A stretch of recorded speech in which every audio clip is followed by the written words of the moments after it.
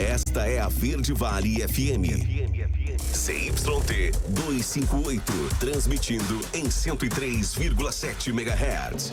Mineiros, Goiás, Brasil. No dial e no digital, a sua melhor companhia.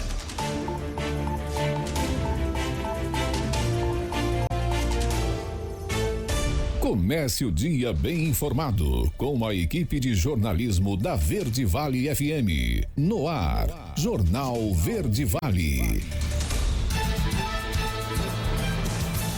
Olá, muito bom dia para você. Estamos começando mais uma edição do Jornal Verde Vale dessa sexta-feira, dia 26 de setembro de 2025. Agora em Mineiros faz 20 graus. A máxima prevista para hoje pode chegar até os 31 graus. A umidade relativa do ar fica entre 39% e 84%. Segundo a previsão do Clima-Tempo, sem possibilidade de pancadas de chuva nessa sexta-feira. Agora você confere os destaques das últimas 24 horas. Jornal Verde Vale.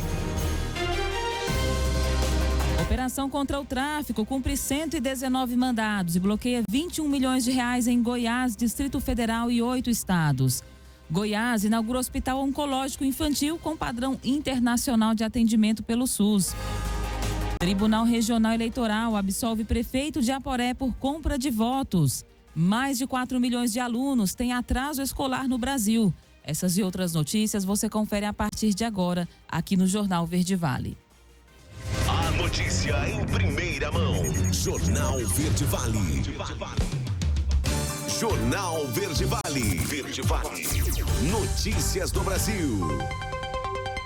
Agora às 6h37. Sejam bem-vindos a mais uma edição dessa sexta-feira do Jornal Verde Vale.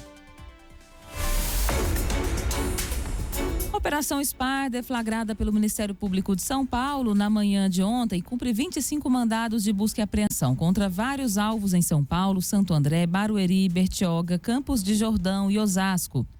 A ação investiga um esquema de exploração de jogos de azar e venda de combustíveis adulterados, que usava uma fintech para lavar dinheiro. As investigações começaram a partir da apreensão de máquinas de cartão em casas de jogos clandestinos situadas na cidade de Santos, no litoral paulista, que estavam vinculadas a postos de combustíveis. A análise de movimentações financeiras revelou que os valores eram transferidos para uma fintech, utilizada para ocultar a origem ilícita dos recursos e também a sua destinação final.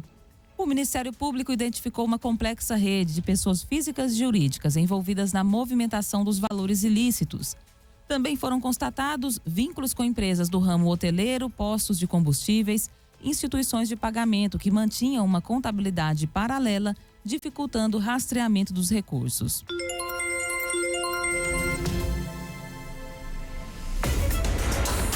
A pena imposta pelo Supremo Tribunal Federal ao ex-presidente Bolsonaro por articular golpe de Estado pode cair de 27 para 16 anos, a depender do desfecho das negociações em torno do PL da dosimetria. O relator do projeto, Paulinho da Força, só deve finalizar na próxima segunda-feira o texto que alivia as penas dos envolvidos nos atos que culminaram com a invasão e a depreciação da sede dos 3 poderes em Brasília em 8 de janeiro. Entre as principais propostas da discussão nos bastidores da Câmara estão a de reduzir penas dos 2 crimes e definir que eles se absorvem, o que impediria por um mesmo réu se fosse condenado por ambos. Com a redução, a pena para a abolição do Estado Democrático de Direito poderia passar para entre 2 e 6 anos e a de golpe de Estado entre 2 e 8 anos, mas a proposta final ainda não foi fechada. Como a legislação prevê progressão de pena para presos com bom comportamento após cumprir 1/6 da pena, fontes que acompanham de perto as discussões avaliam que Bolsonaro poderia sair da prisão em 2 anos e 8 meses. O tempo pode ser ainda menor, dependendo da redução final da pena. A Polícia Federal deflagrou na quarta-feira a Operação Lusocoin, que investiga um esquema de lavagem de dinheiro e evasão de divisas utilizando criptoativos.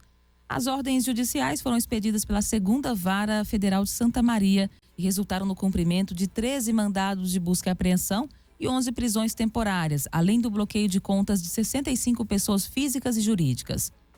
Também foram sequestrados 6 veículos e 6 imóveis, além do congelamento de aproximadamente 30 carteiras digitais de exchanges. As medidas cautelares já ultrapassaram 3 bilhões de reais.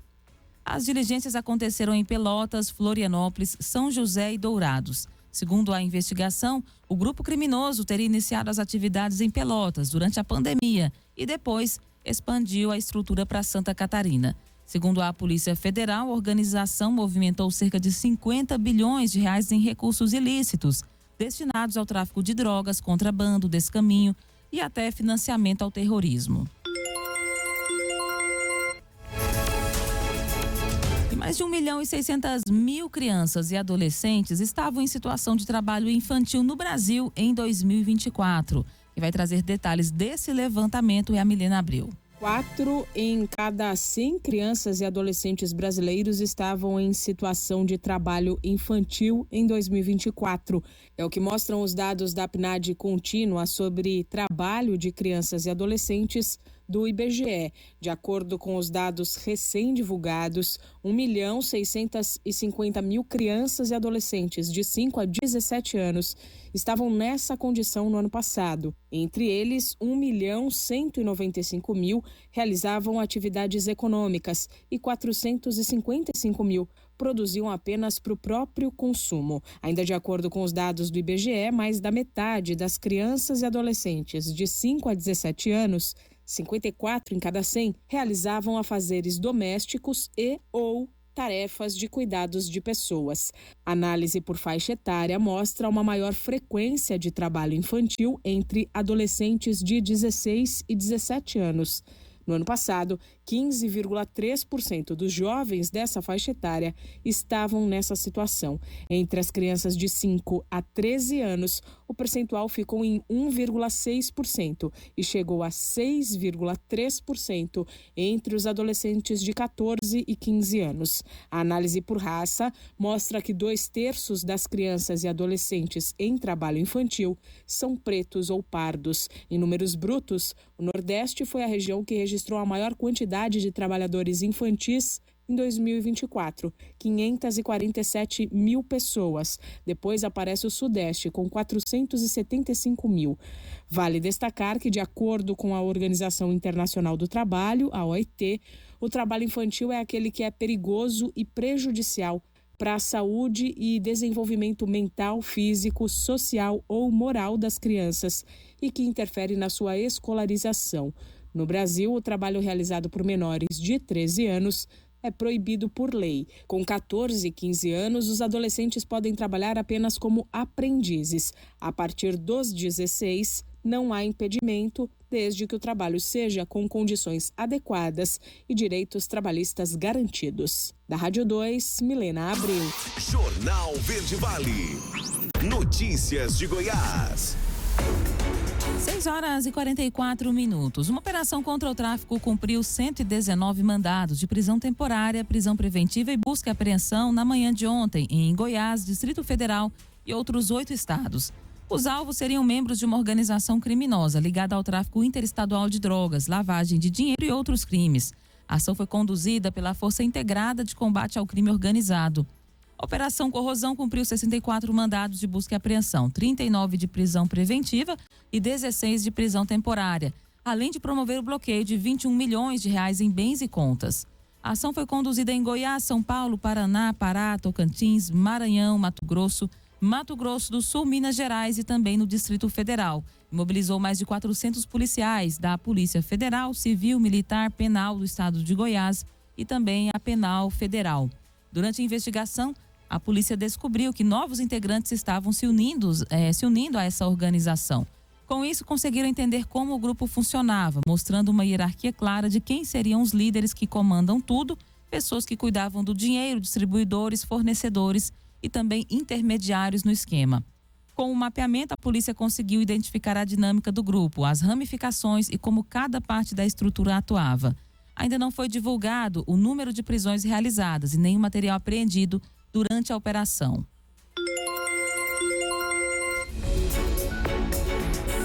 O governador de Goiás, Ronaldo Caiado, inaugurou ontem o Hospital Oncológico de Câncer Infantil em Goiânia, em uma cerimônia marcada por emoção e expectativa. Com 17 hectares, a unidade é o maior complexo do tipo no estado e vai oferecer atendimento especializado via SUS para crianças com câncer. Em seu discurso, Caiado destacou a importância pessoal e profissional do momento. O hospital, que já funciona desde o dia 7 de julho, conta com um centro cirúrgico integrado a exames de ressonância magnética, robôs e equipamentos avançados de fisioterapia, além da maior unidade de transplante de medula óssea da América Latina, com capacidade para atender 5 crianças simultaneamente em ambiente totalmente isolado. Em pouco mais de 2 meses, o Cora realizou mais de 200 cirurgias, 500 consultas e internações, demonstrando demanda represada por atendimento especializado no estado. Caiado ressaltou que a unidade segue protocolos diferenciados para o tratamento infantil, alinhado às melhores práticas do Hospital do Amor de Barretos. O governador também destacou o apoio de instituições e empresas na construção do hospital, incluindo doações de 22 milhões de reais de algumas empresas.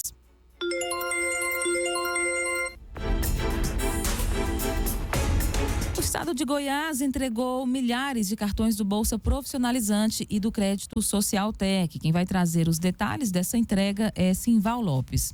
A coordenadora do Goiás Social, primeira-dama Gracinha Caiado, realizou a entrega de 4.254 cartões do Bolsa Profissionalizante e do Crédito Social Tec.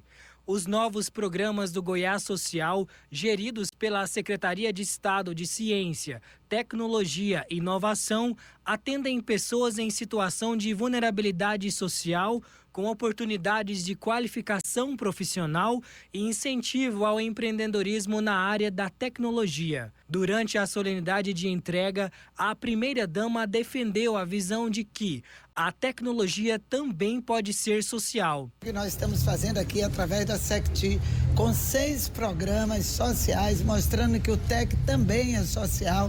Então aqui, hoje nós temos 6 programas dentro da SECTI e hoje aqui nós vamos entregar o Bolsa Profissionalizante, que vai de um valor de 300, 400 reais, exatamente aqueles jovens que estão na extrema pobreza, extrema vulnerabilidade e que estão cursando e podem receber essa bolsa.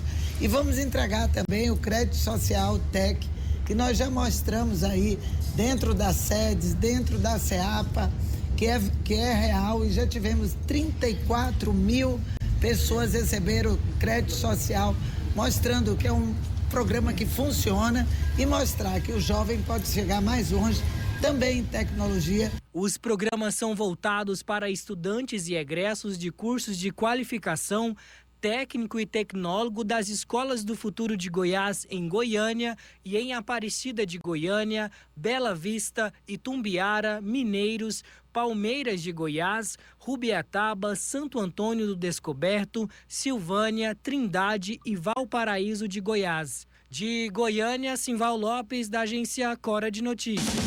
Jornal Verde Vale. Esportes. Para 6h49. Na noite de ontem, encerramento das quartas de final da Libertadores, o Estudiantes venceu o Flamengo por 1-0 e o jogo foi para as penalidades. A classificação, no entanto, ficou com a equipe brasileira, que venceu a disputa. Rossi defendeu 2 cobranças e o rubro-negro avançou para a semifinal da competição após uma vitória nos pênaltis por 4-2. Vale relembrar que no jogo de ida, o Flamengo havia vencido por 2-1. Por isso, a classificação foi definida nas penalidades.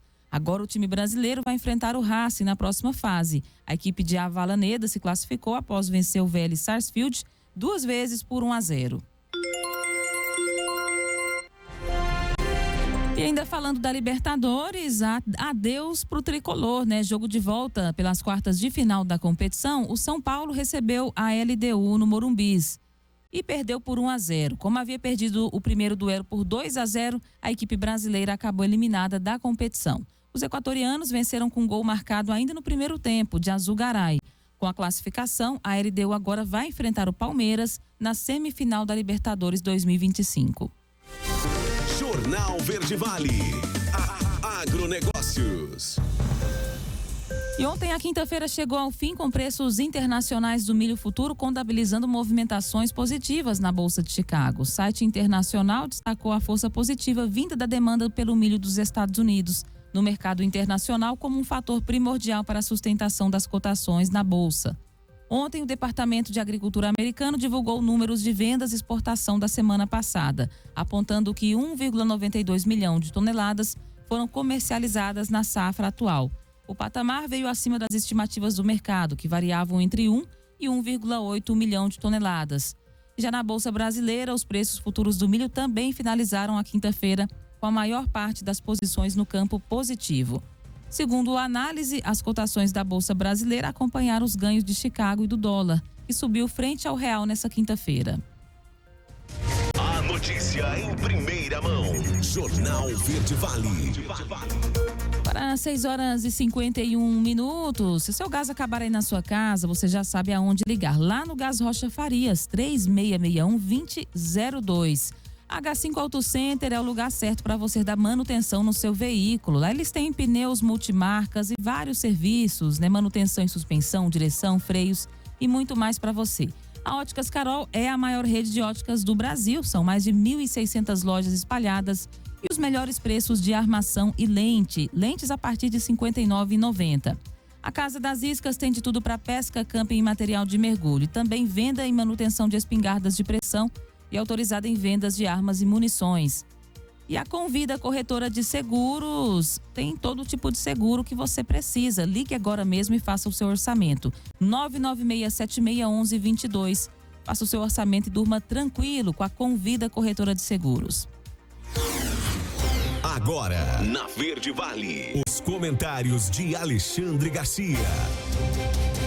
Bom dia. Ontem eu comentei sobre o terceiro depoimento no Congresso Nacional do Eduardo Tagliaferro, que está na Itália, lá perto de Milão, mas em comunicação aqui no Brasil, com aqueles que querem ouvi-lo no Senado e na Câmara. Ele estava numa subcomissão da Comissão de Comunicação da Câmara. Eu falei um pouco sobre isso, porque eu só citei que ele citou o nome do Levi, né? José Levi do Amaral Júnior, que trabalhou no governo Bolsonaro, que trabalhou com Paulo Guedes e que trabalhou também, foi onde conheceu o Alexandre de Moraes. No Ministério da Justiça, o Alexandre de Moraes o levou como secretário-geral do TSE. E o Tagliaferro disse que ele ajudou a fazer os bloqueios, as censuras e tal. Mas eu não mencionei outros nomes. E vale a pena a gente conhecer os outros nomes. Imagina que tinha a secretária de comunicação, que era para tratar com os jornalistas, com a imprensa. Ela, ao contrário, sugeria, olha, fulano está dizendo isso, para bloquear, segundo o Tagliaferro. É uma coisa incrível, né? O nome dela, Gisele Siqueira. Depois, uma secretária de transportes sugeria também nomes, olha, tem que bloquear esse, tem que bloquear aquele. A dona Adaíris de Aguiar. E hoje é um que está trabalhando lá com Haddad, que era também secretário lá, Dário Durigan, também está lá. Entre os dedo duro, né, lá do TSE. Incrível. Dedo duro, no tempo do governo militar, foi quem dizia assim, olha, esse aí está falando mal do governo. Fizeram isso no meio artístico, meu Deus do céu, injustiças terríveis foram cometidas, mas isso é um outro assunto. O Procurador-Geral da República, Paulo Gonet, acusou o Tagliaferro de quebra do sigilo profissional. Ou seja, se ele diz isso é porque está reconhecendo que tudo isso que ele está contando é verdade. O Eduardo Tagliaferro é mais ou menos como um novo Roberto Jefferson, que se expôs, mas entregou o mensalão, que foi o primeiro grande escândalo do governo Lula, já no primeiro mandato, né? O pessoal agiu rápido. Bom, a CPMI da Previdência, do roubo dos velhinhos da Previdência, ouviu finalmente o careca do INSS.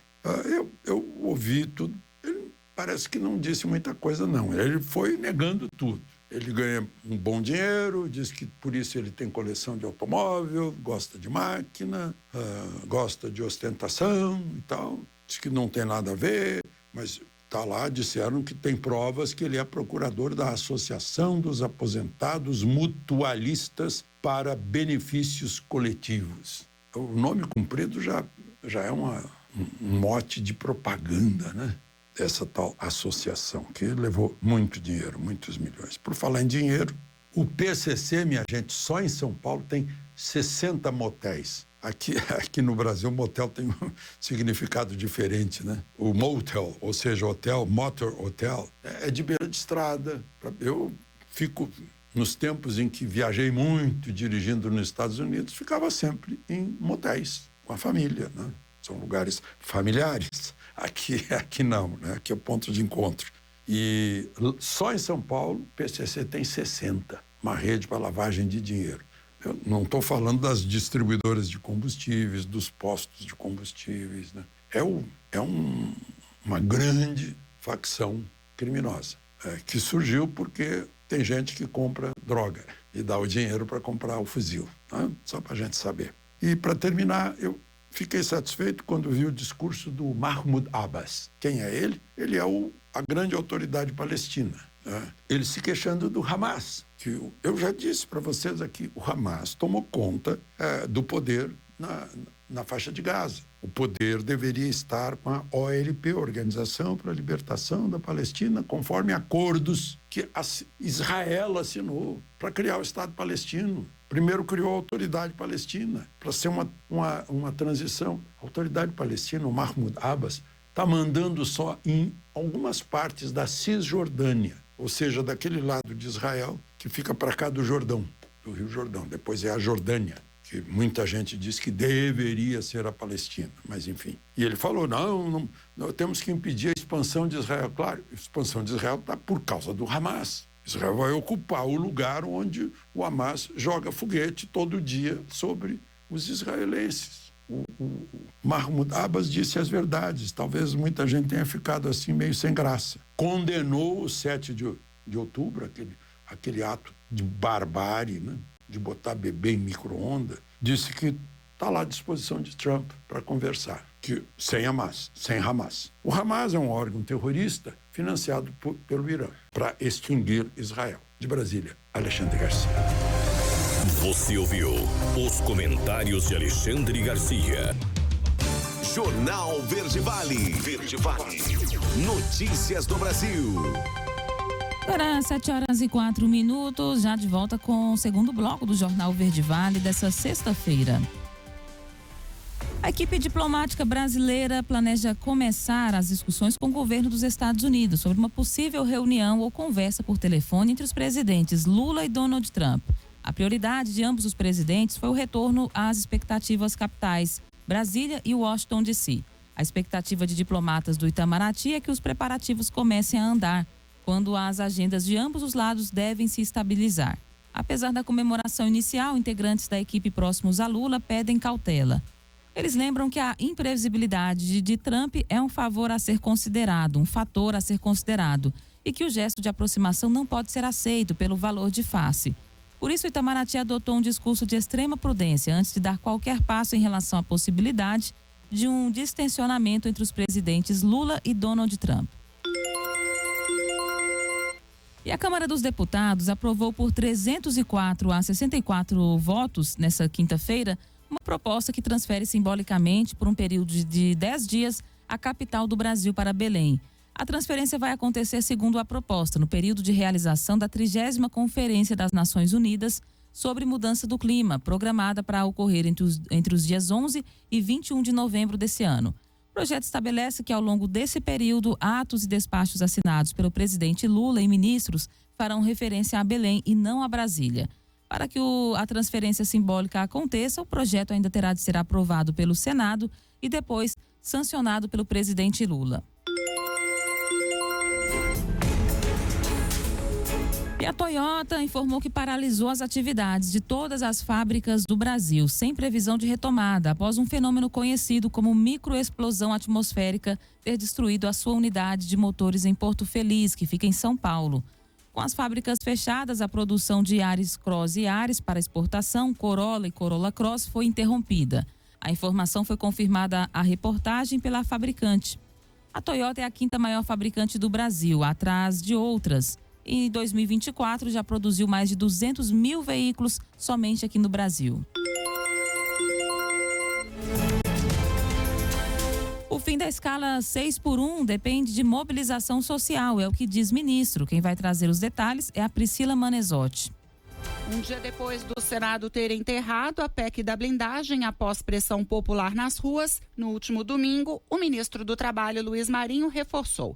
É a mobilização social que vai fazer com que o Congresso aprove o fim da escala 6x1. O parlamento brasileiro tem um perfil que, se deixar ele livre, leve e solto, só vem prejuízo para a classe trabalhadora brasileira. O tema trabalho é um tema que tem muita dificuldade de tramitar no Congresso Nacional. Então, só vai de um jeito, é muita pressão. Parece feijão velho, só vai com pressão.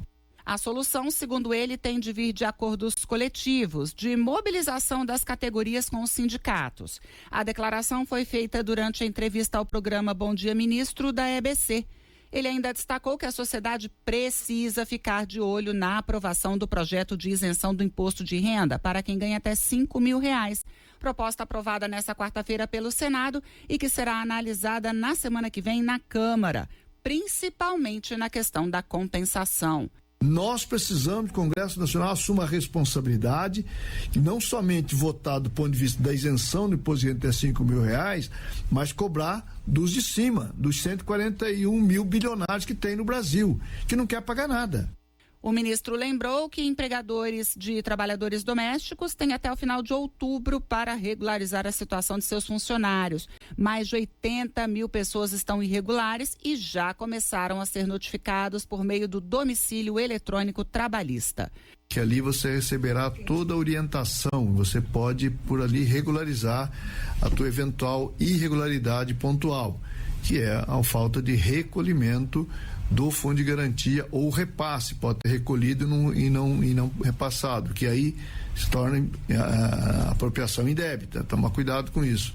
Luiz Marinho ainda anunciou para segunda-feira a divulgação dos dados do CAGED, o Cadastro Geral de Empregados e Desempregados, referente a agosto. Apesar de mostrar um crescimento, segundo o ministro, ele deverá vir num ritmo menor do que vinha sendo registrado.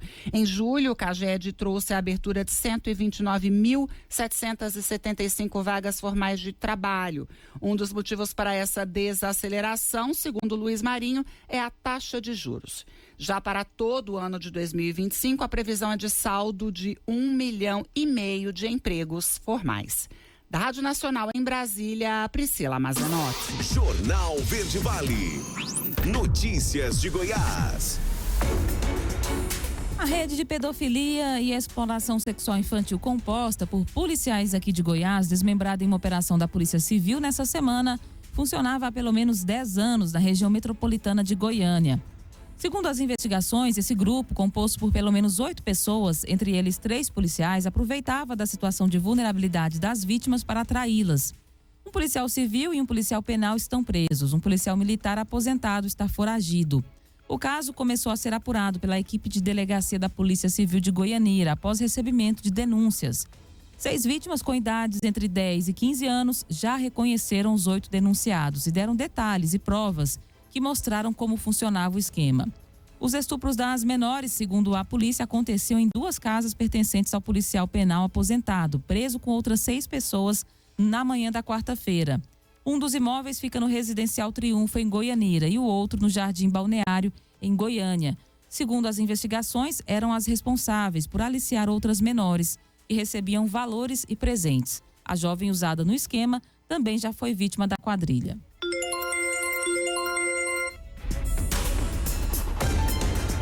E 2 dias após o temporal que provocou alagamentos em Goiânia e resultou na morte de uma jovem de 17 anos, vítima de choque elétrico, o prefeito Sandro Mabel destacou ontem uma série de medidas para enfrentar problemas estruturais na cidade. Entre elas estão a força-tarefa para a retirada da fiação irregular de postes e também a revitalização da Marginal Botafogo, orçada em R$300 milhões, com recursos do Programa de Aceleração do Crescimento. O gestor também admitiu que a grama sintética não deu certo no primeiro momento. Ele classificou a morte da jovem como um episódio imprevisível, mas ressaltou que a desorganização da rede de cabos em Goiânia é um problema crônico. Segundo ele, a prefeitura já aplicou mais de 300 multas e R$20 mil contra operadoras de telecomunicação, que mantêm cabos sem identificação, mas a prática, infelizmente, continua.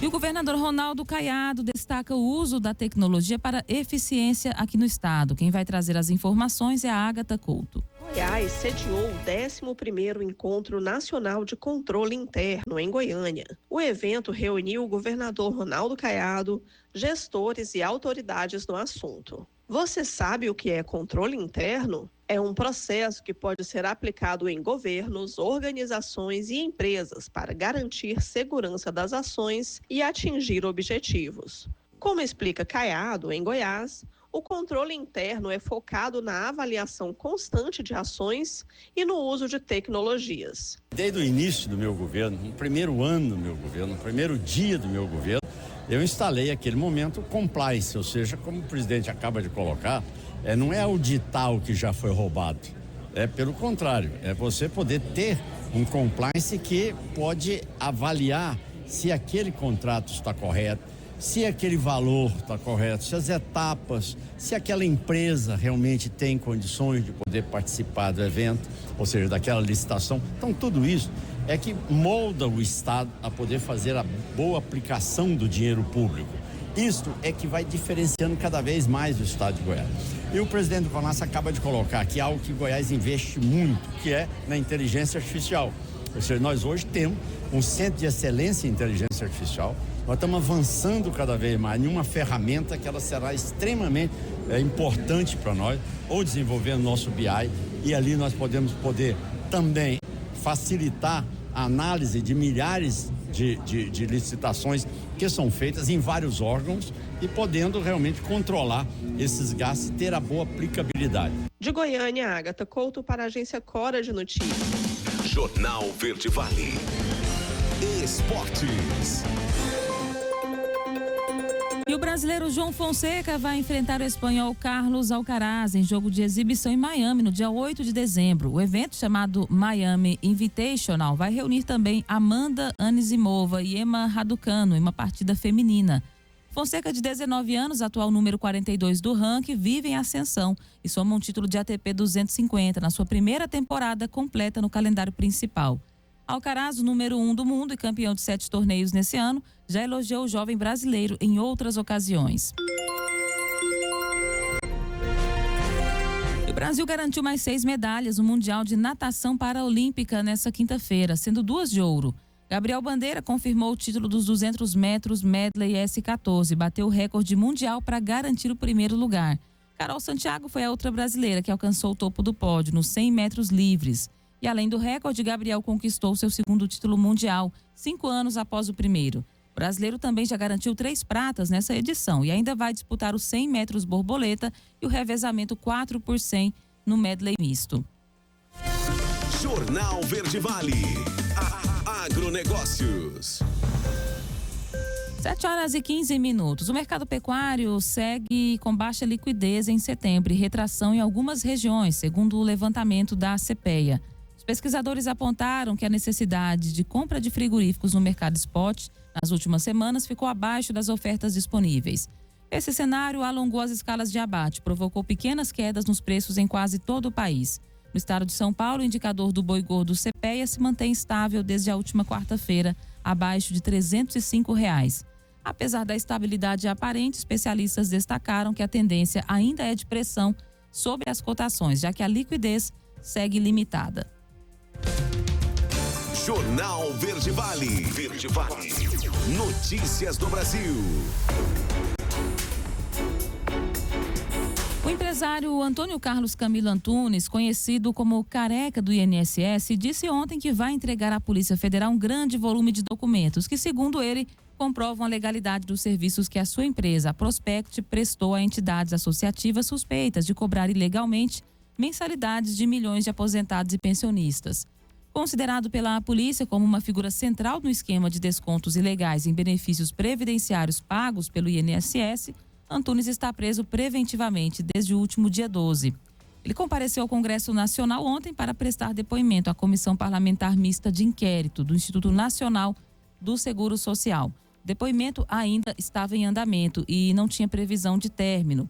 Antes de começar a responder às perguntas dos deputados federais e senadores que integram o colegiado, Antunes leu um texto no qual reafirmou a sua inocência, prometendo disponibilizar provas de que a sua atuação se limitava a fornecer assessoria e consultoria empresarial. E 2 estudantes morreram em um ataque a uma escola de Sobral, lá no Ceará. Quem vai trazer essa triste notícia é Gabriel Correia. 2 alunos morreram em um ataque em uma escola de Sobral, interior do Ceará, na manhã desta quinta-feira. A informação é da Secretaria de Segurança Pública e Defesa Social do Ceará. O caso ocorreu em uma escola no município de Sobral, na área integrada de Segurança 14. A Secretaria tenta localizar e capturar os envolvidos nas mortes dos 2 adolescentes ainda não identificados.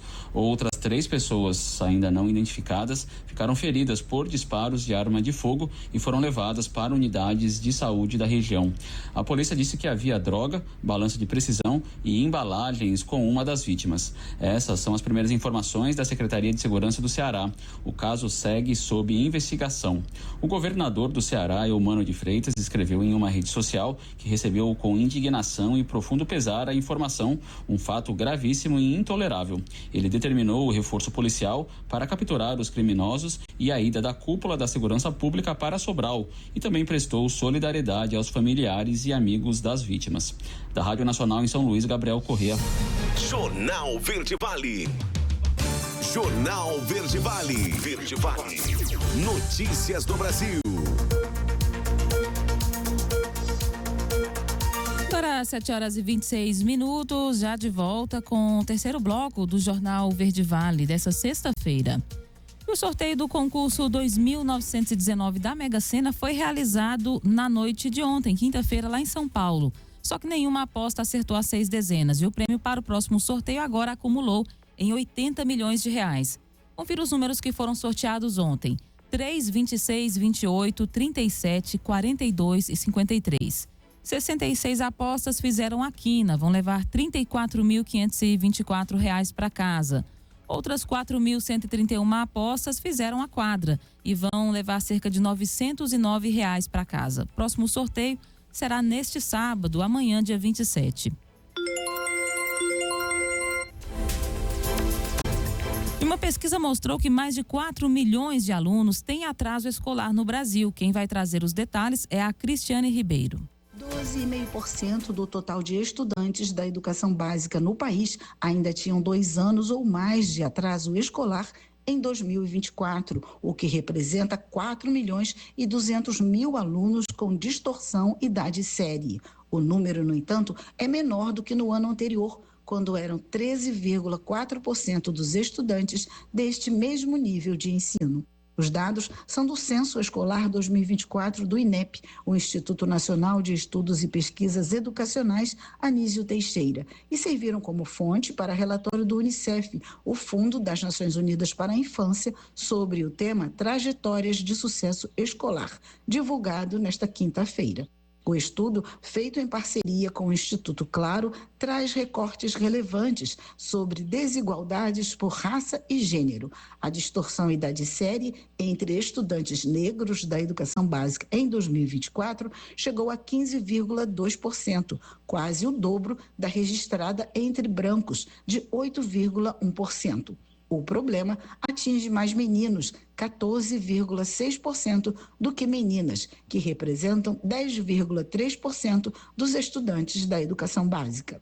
Para a oficial de educação do Unicef no Brasil, Erondina Barbosa da Silva, apesar da melhora geral, o Brasil ainda tem desafios no enfrentamento do chamado fracasso escolar, pois pelo menos 1.800.000 estudantes com distorção idade série está nos anos finais do ensino fundamental, uma etapa complicada em que o estudante pode abandonar a escola. A distorção idade série tem muito a ver com a vulnerabilidade social, com as desigualdades sociais desse país. A gente vai ver que esses meninos se concentram mais no norte, nordeste, nas regiões periféricas, na zona rural. A gente vai ver que muitos desses meninos são pretos, pobres, quilombolas, indígenas, meninos com deficiência. Então, trabalhar pela garantia dos direitos desses meninos significa trabalhar pela qualidade da educação. Já a vice-presidente do Instituto Claro, Daniele Gomieiro, enfatiza a importância do projeto para o combate do abandono escolar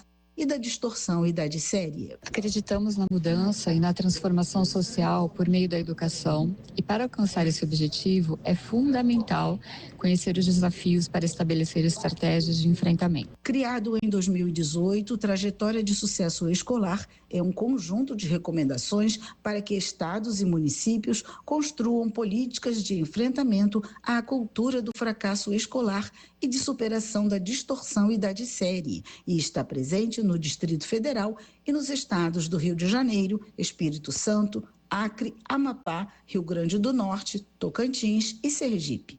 Da Rádio Nacional no Rio de Janeiro, Cristiane Ribeiro. Jornal Verde Vale.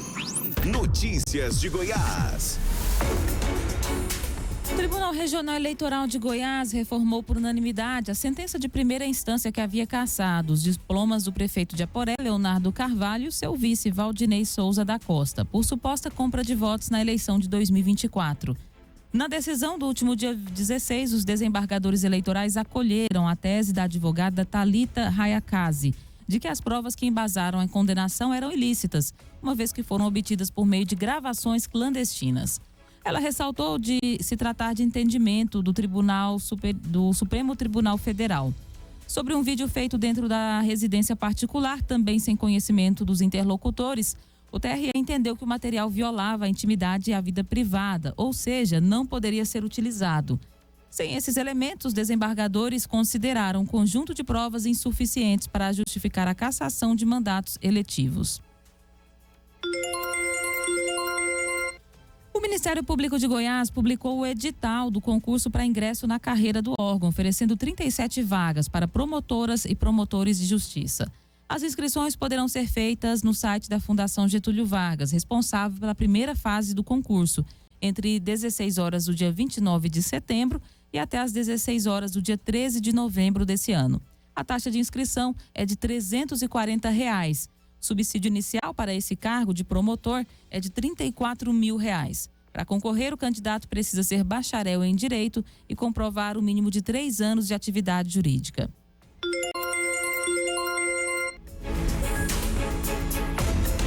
Goiás realiza a semana da vacinação contra a febre amarela. Quem vai trazer os detalhes dessa ação da saúde é a Ágata Couto. A Secretaria de Saúde convoca os municípios goianos a intensificarem a vacinação contra a febre amarela. O sinal de alerta veio com a morte de 4 macacos por causa da doença, nos municípios de Abadia de Goiás, Guapó e Goiânia. Em todo o estado, a população deve ficar atenta aos primatas doentes ou mortos. Se encontrar algum, evite tocar no animal, tire fotos e avise imediatamente a Secretaria de Saúde da sua cidade. Goiás não registra casos de febre amarela em humanos desde 2017. O índice de vacinação da população está em 71%, abaixo do recomendado pelo Ministério da Saúde, que é de 95%. A vacina da febre amarela faz parte do calendário básico de vacinação das crianças de 9 meses a menores de 5 anos, sendo uma dose aos 9 meses de idade e uma dose de reforço aos 4 anos. Para a população não vacinada de 5 a 59 anos, a vacina é aplicada em dose única. De Goiânia, Ágata Couto para a agência Cora de Notícias. Jornal Verde Vale. Esportes.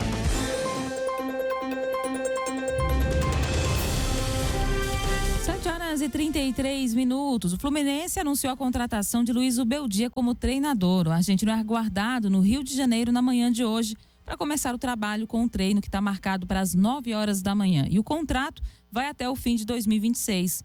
Chegam junto a ele os auxiliares Max Cuberas e Carlos Grueso, além de Alejandro Escobar e também o preparador físico Lucas Vivas. Zubeldia é o primeiro técnico estrangeiro do Fluminense em quase 30 anos. O último foi Hugo de Leon, em 1997. Quando fechou com Renato, a diretoria tricolor chegou a tentar Gabriel Milito, mas o argentino recusou a oferta.